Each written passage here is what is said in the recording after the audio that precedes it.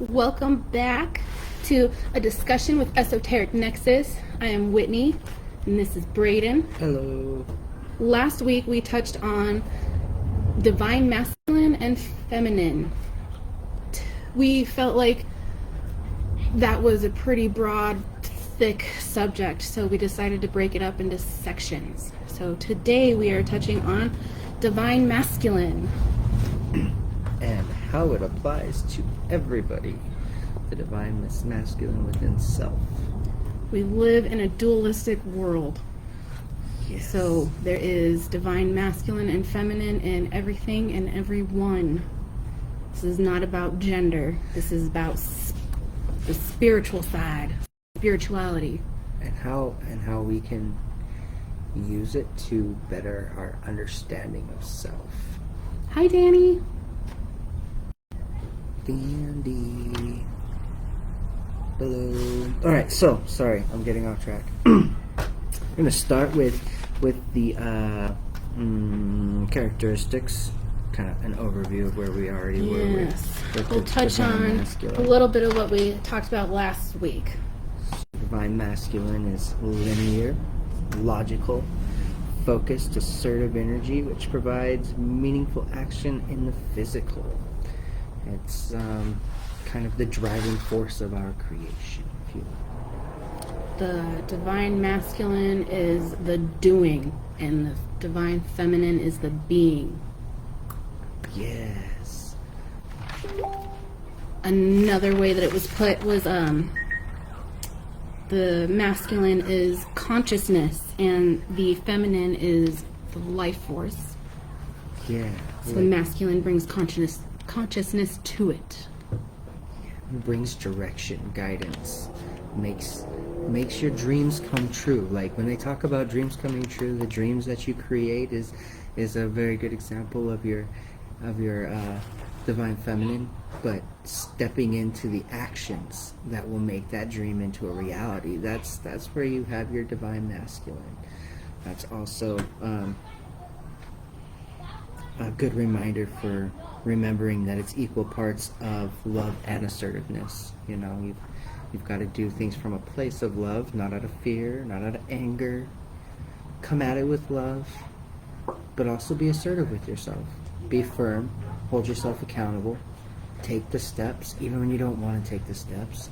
And they have that whole study about every time that you do something that requires self-discipline, it actually builds on a certain part of the brain and enlarges it and gives you a stronger wherewithal to be able to do the things that need to be done.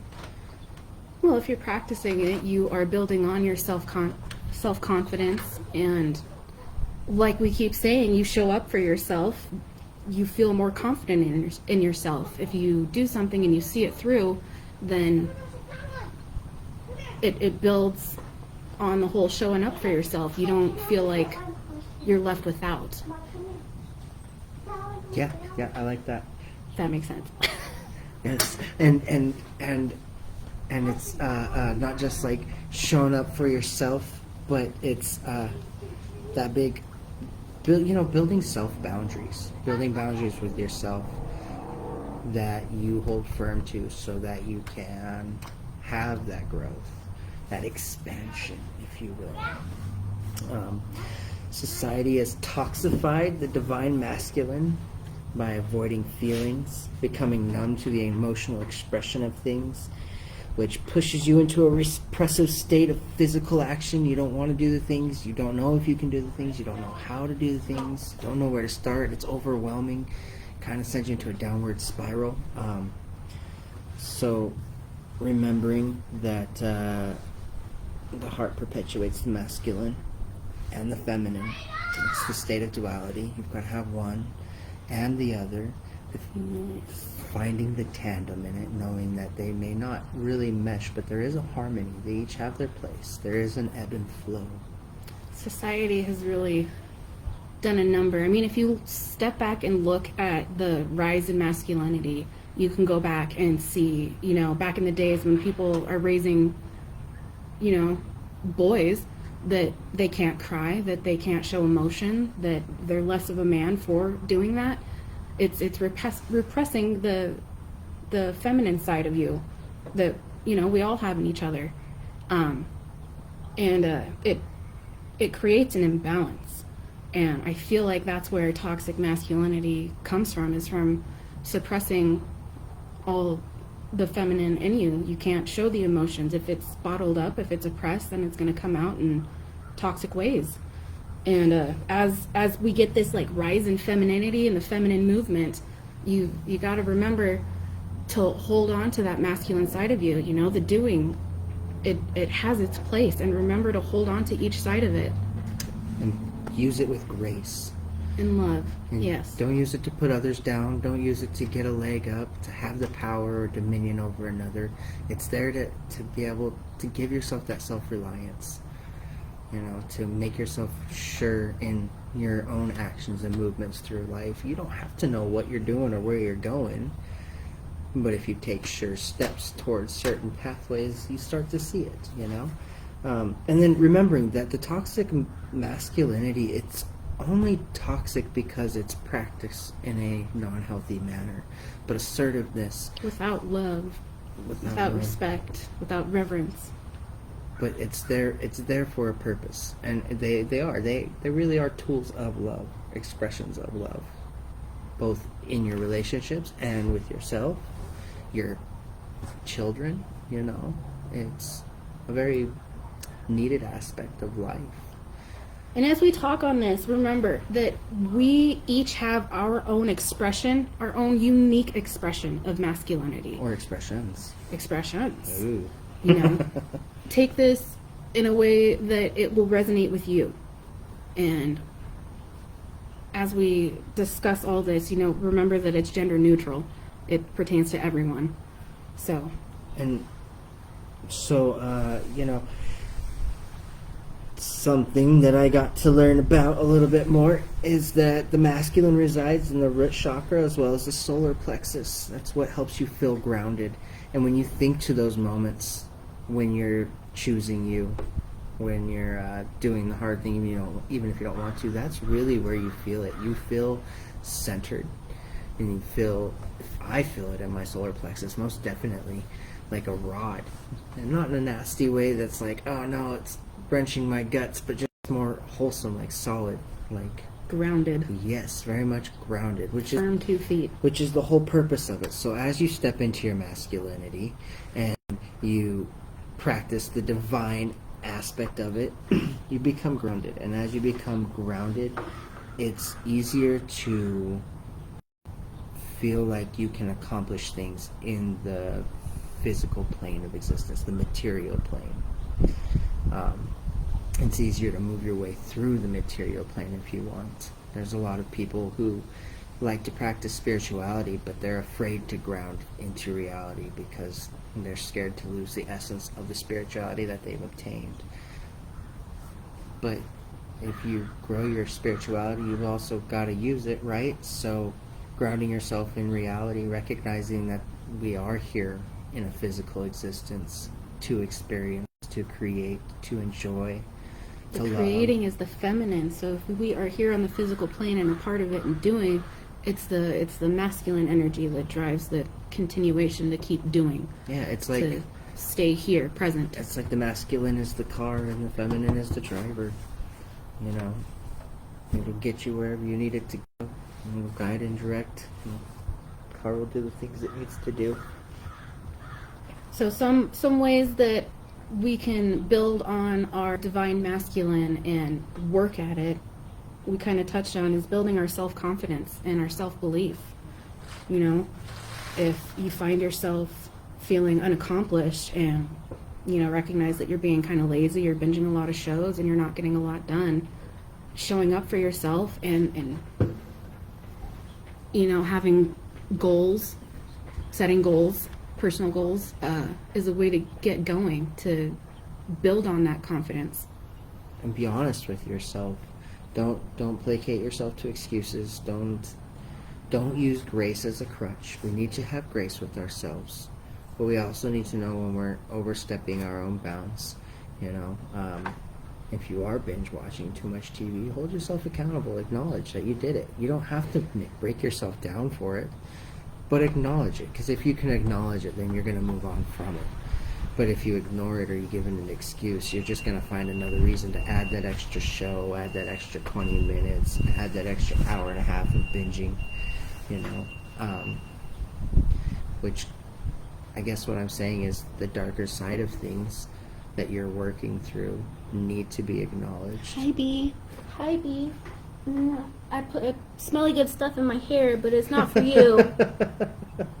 Excuse me, buddy. So those darker things need to be acknowledged, because that's where your growth is trying to happen. And Whitney has a lot more to say on that aspect. The darker side of masculinity. Oh, the darker side of masculinity. Oh my goodness. Self-love and shadow work go hand in hand. So while we're building on the divine masculine, you need to acknowledge and work on the wounded. You know, it'll show up in depression and fear, lazy, unfocused, anxious. If you feel like you're getting walked all over, we gotta heal those aspects of ourselves.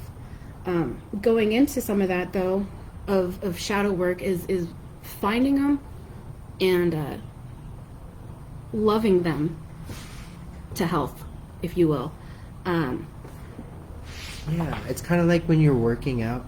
At first, you're like, gosh, I don't see anything and nothing's happening and it's not working. But if you tell yourself, you did a good job today, and then you start from, I did a good job, to, I look good. Oh, I like this about myself, or I like that about myself. You're taking those ugly things and you're giving them love, or your perceived ugliness, if you will, and giving it love. And then as you give it love, you love yourself more, and then you start to see yourself in a different light, and all of a sudden you look totally different than what you did to begin with. Mostly because of your mindset, you know. Sorry, I went on a tangent there. Giving an example. So as we talk about the dark is the hidden. It is the repressed. It is the oppressed. It is the less accepted in society. We don't really talk about it a lot, but it is juicy and it is potent. Dark masculinity, I don't even know how to start this. Oh, it's so exciting. Dark masculinity, in a way, calls bullshit on femininity. It calls enough. So in a way, you could visualize it as like, you know, Callie and her dance of destruction, and it's just swirling emotion going all over the place, and the dark masculinity comes in, meets her, the feminine, where it's at, with respect and reverence to what's going on, and stops it and moves it out of the feminine into a more productive train of thought perspective. Yes. Yes. It's like so when you're spiraling, when you've got something going on in your life that you feel is out of your control, and My love. And your brain just starts going 5 million miles a minute, you know, those are the times where you've got to have your dark masculinity step in and be like, hey. Yeah, like for example, if your bank account crashes and something's going on, you don't freak out. You are present for the moment, and you go through it. And you're not beating yourself up over it either. You know, like sometimes people get down on themselves when they start losing control and spiraling. And they know they're spiraling, and they don't know how they can really, you know, bounce out of that. And then they start self-depreciating to be able to, I guess, use as an avoidance tactic, or to pull yourself off the spiral. But it's not a healthy way of asserting your own grounding measures, if you will. It's remembering that dark doesn't necessarily have to It doesn't mean mean negative. bad, negative, evil. This is with a healthy balance, with love and respect and reverence. So if masculinity is consciousness and femininity is life force, then dark masculinity is the unconscious consciousness. Because we're talking spiritually. Woo! Oh my goodness. It It's fundamental. dark masculinity penetrates consciousness into anything. So the way that it can move, the Kali dance of destruction into Calmer into waters. the calmer waters, thank you. Then it penetrates into the dark, into the hidden, into the unloved, into the denied places. It penetrates through all the way to that. It's another form of grounding. I like it. Yeah, in a way, yeah. Because that's, really what you're doing, you're putting the stake tent, or the tent stakes into the ground for the oncoming storm so you can weather it without losing it. It's more than that. It's purpose. It's power. It's penetrating. It's perseverance. It is so juicy and potent. Oh gosh, there's so much to it. If you the hidden, the repressed, the oppressed, the things that you don't want to, that society doesn't normally talk about, the dark fantasies, the dark desires, we shove those down and we don't talk about them, and 'Cause it's taboo. they're bad, they're taboo. Anger, aggressiveness, that's taboo. It's bad. You can't show those things. Confrontation. Yeah, and when you repress them, when it feels repressed, it's gonna show up. It's gonna keep building on that power. That's why it's so juicy and Rawr. potent. If you go into like the masculine side of things, and the power and the aggression, you have those. Everyone has them. You just need a good way to vent those out and love them. They're a part of you. And express it. There's an appropriate time and place to express them. So if we go into like the dark sexual fantasies that might be very controlling and aggressive,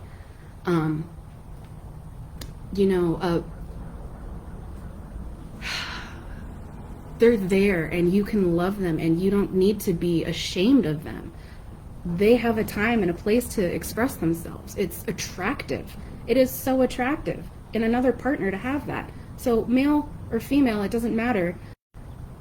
If you are in your masculine power, you might have some of those Tendencies. those fantasies, those tendencies to want to control and ravage. And you don't have to feel like you need to do that all the time. You don't feel like that's something you've got to bury away.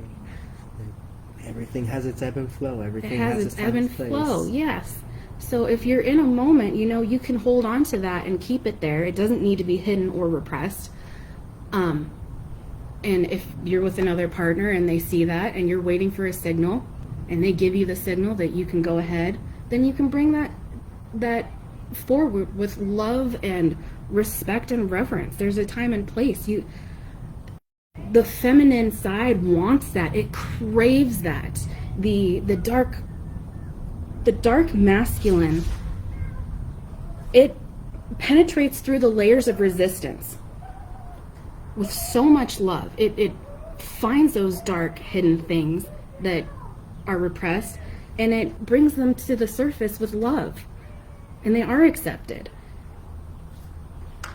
So in order for the feminine to be receiving or to feel safe enough to allow those to come to, that dark masculine first creates that safe place. And it has to come from a healthy standpoint.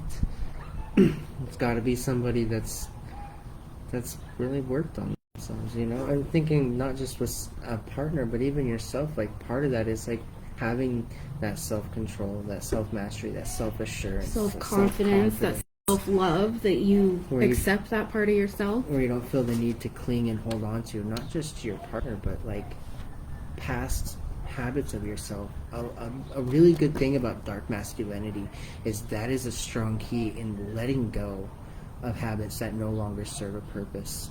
We are creatures of comfort, especially with the habits that comfort us. We don't want to let those go. We know we don't need them anymore, but man, it's just like pulling that binky away from a baby. At some point, you got to do it. It's got to happen. It can't be a crutch anymore. And so that's what we tend to turn our comforting habits into. They become our crutches. And dark masculinity is loving yourself enough to pull yourself away from that, knowing that there's Or to something pull better it to the coming. surface and love it enough to let it go. Yeah, appreciate it for what it's done for you. Yeah. You know, he talked about bringing it, the chakras and everything. If you don't have an understanding of chakras and whatnot, even just visualizing bringing that energy from the bottom up to your heart, in a way it can purify it with love. If you just sit with it. And remembering that, like, the heart perpetuates the masculine and the feminine, so it is its own cleansing device. It'll take any heavy, potent energy, and it'll level it out. Because I mean, that's what the heart's function is, even in like a physical sense. It's pushing blood out, it's pulling blood in, it's circulating, it's keeping everything in a balance. It's doing the same thing with your energies. The way the heart's built is like a torus energy field. It goes up through the middle, comes out the side and back in. So it's also self-perpetuating, you know. On the camera. Oh yeah. You know, so like those are things to remind yourself of. Those are things to be aware of. Remembering that building this connection with yourself is really key to staying grounded. It's the key to being able to have mastery over your emotions and not suppressing your emotions, but giving them their time and place, and recognizing when that time and place is. Recognizing that 9 times out of 10, that anger that you're feeling, that sadness that you're feeling, doesn't really need to have its moment right when you're feeling it. Sometimes it needs to be put away. Sometimes there needs to be some digging before you start feeling the emotion, because the emotion pulls you down so far that you feel like there's no way out of it, you know. So it's finding those tether points, if you will, those anchor points that you can bring yourself back to. So when Even the negative emotions that rise up, you can use those to further your whatever you're doing. Yeah, angry cleaning is think about it. At the end of the day, if you're angry cleaning, you're cleaning because you're trying to get to a place of peace, because you remember how it feels when you have a clean house. I angry clean. Because it brings you back down. Not just the repetitive motions of it, but knowing that you have a clean space allows for you to feel safe enough to start sloughing off the bullshit that you're holding on to. In a that way, moment. you're clearing your mind when you're cleaning.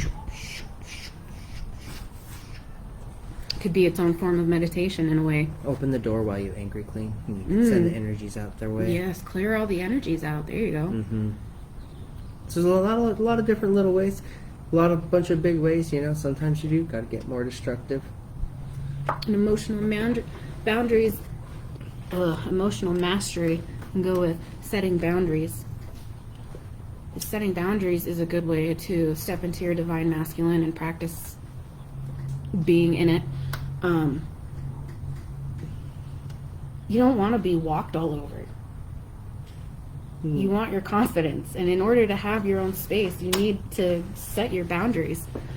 And setting boundaries is quite a masculine trait. The divine masculine energy role, clear sense of knowing, driven by inspiration or strong will, authoritative, knowing itself, having confidence in its own divine process, having boundaries, knowing what they are, with a sense of dignity and respect towards yourself, which opens yourself to more spiritual expansion.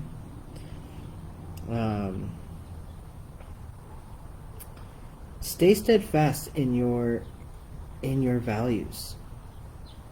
Don't fall to the ebb and flow of what society conforms to. There's going to be some bits and pieces that you agree with and go along with, and that's your choice. It's not good, it's not bad. But don't feel like you've got to conform. Don't feel like you've got to pick something because everybody else is doing it. Don't feel like you got to do something because nobody else, or step away from something because nobody else thinks that's something you should do. They don't know, they don't understand, they don't have the understanding that you have, and they never will because they don't live your life. So that's when you got to remind yourself that what you are and what you choose to do is enough for yourself, and you don't need to have anybody and everybody else's approval. And if you get it along the way, awesome. You've got people in your corner, and that's great. But just know that it shouldn't be expected. And it shouldn't be- Self-confidence. Yes. Speak your yes. truth. Acknowledge the perceived power and potential as your own recognized. Recognizing that you have the ability to own what you perceive. If you can think it in your brain, then you have the potential to own it. Like, it's yours to begin with. You put that thought into your own head. I wish I could be like this. Well, if you wish you could be like this, that means you can fathom being like that. It's in your scope of reality because you've acknowledged it. So if that's the case, then you have the ability to reach out, grab it, and make it yours. That's well within your limits. You have that power. You have that choice. You can do those things. Do it. Make Do it it. happen. The hardest part of every journey is to start. Yes. Just start. But if you just pick up that foot, you have to put it back down, right? So if you just get that foot picked up and get just a little bit of motion, it'll fall forward. Maybe Once not you by much. start It going, will happen. The path becomes a little clearer once you're on it. But until you get on the path and start doing it, And what's you're going to beautiful, continue to feel like you haven't accomplished anything. and what's beautiful is your path is like never going to stay the same, because you're always in a state of growth, understanding. You're learning more about yourself. And the beautiful thing about yourself is it is forever changing. It's perpetual. It doesn't stay the same. So you don't have to worry about like, oh, how do I know if I'm on my path, or how do I know if my path is going to get me where I want? Your path is always going to get you where you want, even if your wants change. That's part of what makes your path change. That's part of what's exciting about life. You don't have to stay in one area for 30 years of your life. You never did. You may have chosen to do so, and you've gained a lot from it. It's not something to scorn and look down on and be like, oh, I wasted 30 years of my life. No, you accrued 30 years of experience, and now you're ready to take that experience and take your next step. You may have spent 3 months at a job and thought, man, what a waste of time. I can't believe I spent 3 months there. But there's something that you learned in that 3 months. Whether it's patience or new skill set, what have you, that you get to take on your next thing. Like, every little bit of something will stack on to the next steps. And as it happens, it'll get to a point where instead of seeing where your path is taking you, you really will get to choose. You really will manifest your reality, because you will have taken the control. You'll have been assertive. You'll have come in harmony with your divine feminine, divine masculine. And another thing to remember is, like, if you have a significant other, it's, you know, and you're doing your whole self-growth thing, you don't have to necessarily make them a part of your journey, but also include them, make them aware, let them know, like, hey, these are the things that I'm working on this week. These are the things that I'm having issues with. So, you know, if I'm getting out of whack and it's in this area, this is why. Because I'm discovering who I am right here, and I don't know how I react in this whole instance, but I'm learning. Even recognizing and acknowledging the masculine and feminine in your partner through your journey. You could help nurture a good, safe space.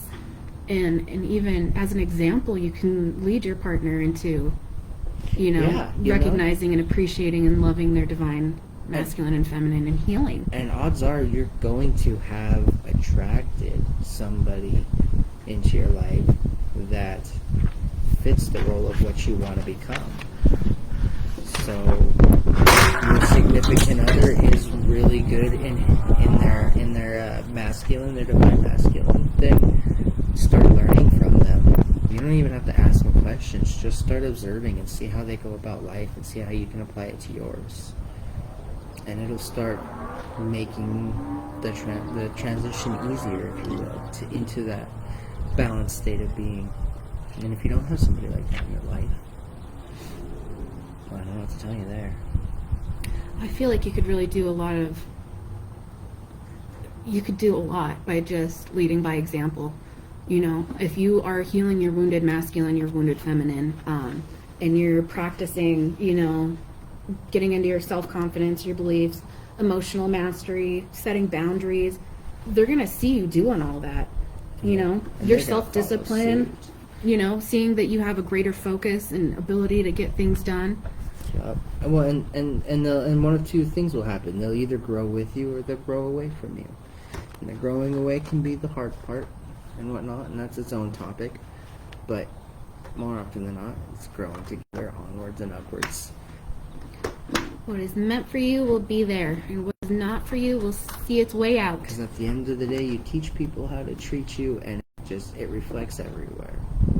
As you even as you learn yourself, you learn how to teach people how to treat you, because you know what you're going to tolerate and what you're not going to tolerate. And as you do that, you start self-reflecting more, and you start treating yourself different. You start teaching yourself how to treat yourself, and then it's perpetual. And you start attracting what's good for you, what's meant for you, things on your journey. You know, as you start stepping into your divine masculine and feminine, you'll start attracting other people that are doing the same thing. Yeah, you'll have a really tight-knit group of friends that are like the kind of friends that everybody strives to have, you know. And you get more than what most people probably get in this lifetime because you've done the work. You know, I'm gonna go a little biblical here, but it's like that Bible verse that says, straight and narrow is the way, for the path that is broad many will take, and all will fail. And honestly and truly, that the hardest path is to get to know yourself. The straight and narrow path really is like taking the time to come from a place of love and understanding with everything, allowing everything to have its place and its space for expression, but the root cause coming from understanding and love. There's nothing, like, it's two things. That's straight and narrow. Broad path, that's lying, manipulating, cheating, controlling. That's rolling over and allowing others to use you and abuse you. You know, there's so many other ways you can go about life. You can be manipulative, you can be backstabbing, you know. But when you're coming from a place of love and understanding, it's truthful and it's direct, and that's just. It reminds me of the thought practice, you know, who are you outside of mom, dad, outside of, you know, wife, husband, outside of, you know, whatever job you have, or, you know, who are you outside of being, who is Whitney? All the way back. You know, you got to peel all the layers back of the things that you put on because society said it's supposed to be like this, and you peel it all back, and who are you really? What makes you happy? What drives you? What is your passion? Are you creative? Are you thoughtful? Do you like to plan out and be analytical? You know, are you an engineer? Your own unique expression of masculinity and femininity that you have in yourself. And cultivate that and nurture it. And ultimate party planning, because you like to coordinate one big event and see all the people and the pieces flow together, you know, regardless, whatever it is. But get creative with yourself and look in the weirdest of places for your inspiration for the things you like, because it's the little things that you do every day. Like, start with your habits. Look at your habits. Your habits start to show you the things that you lean towards. And once you know your habits, then you can start looking at your habits and your interests and how they go hand in hand, and you start to see this little connecting dot, and you find a lot of different things that you might or might not be interested in. And then you've stepped into the ADHD life, where you've tasted in a lot of different crafts and arts and never stick with any of them. But, you know, I don't think that's a bad thing, that you don't stick with them. Sometimes you're just trying to accrue certain talents for other talents. Like, you're taste testing on the way to the enjoy the ultimate experiences, recipe. though. Yeah, for sure. For sure. And, you know, I think that's pretty much it. That's all I got. What about you? Anything else you want to add? As we're stepping in the divine masculine and the divine feminine, we're healing the wounds.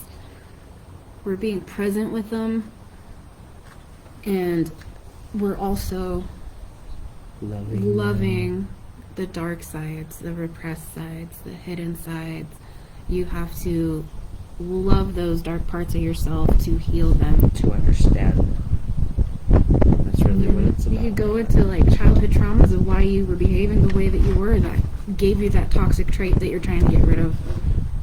And that goes into a whole self-love journey. You know, and what's crazy is like when you shadow work. When you find those traumas, I don't know. I guess it's different for everybody. In my experience, when I find the truth in those traumas, it makes room for understanding and for you to let go of the hate and anger that you have towards the thing that's created that trigger. Because you have its truth. When you know the truth, the true truth of things, you can move past it. You know the next steps. I think that's why I get so fucking analytical about why I feel a certain way or why I reacted a certain way. I get real hung up on why I did that or why I responded that way. And that's what I stop myself from feeling the feelings. Yeah, I'm like, that's wait, it. there's a reason this happened. Why did it happen this way? But you know what's crappy about that? Because that's my motive.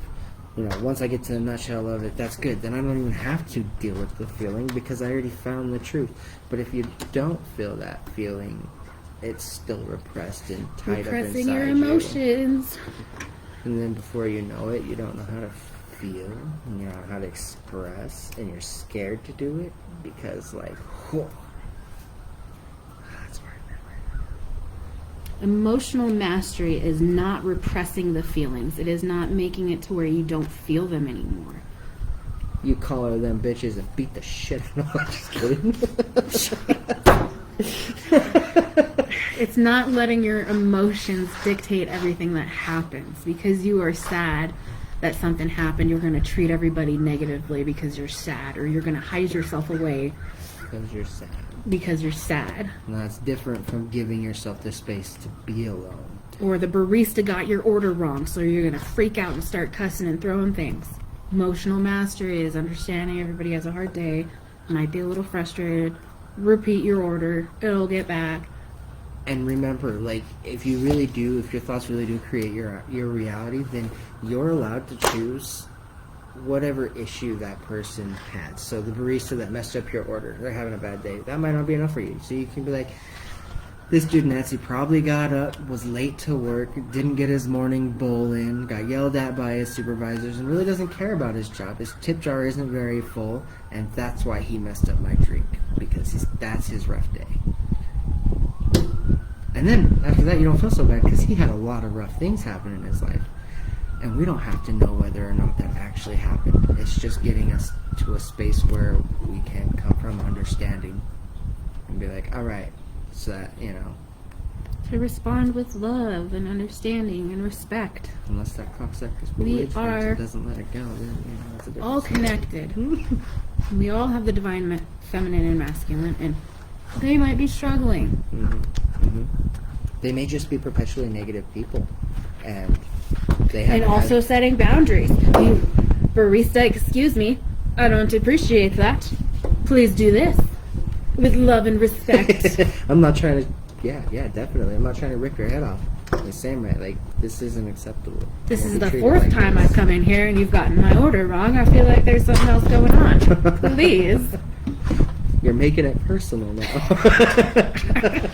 And I don't want to make it personal. So can you just make my order right, please? What, do you want me to tip you better? Oh, that's good stuff. Next week's topic is going to be Divine Feminine, and then after that, maybe, how do you feel about talking about the chakras? Do we want to go into chakras and realigning ourselves? That sounds fun. Talk We about can the go into bases. frequencies and chakras. Yeah, that'll be a big topic. That might even be an extra long video. I'm okay with that, but Man, we got all the way to Pioneer Park and set up our stuff, and then it started raining. I didn't check the weather beforehand. And then we get all the way over to Rose Park under the shelter to set up. By the time we get all set up, we have it all sunshiny again, and no rain.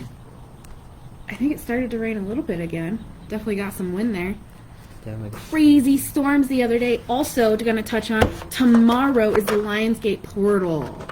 It is August 8th, 2024. 2 plus 0 plus 2 plus 4 equals 8. So it's 8888. Super powerful. Manifesting.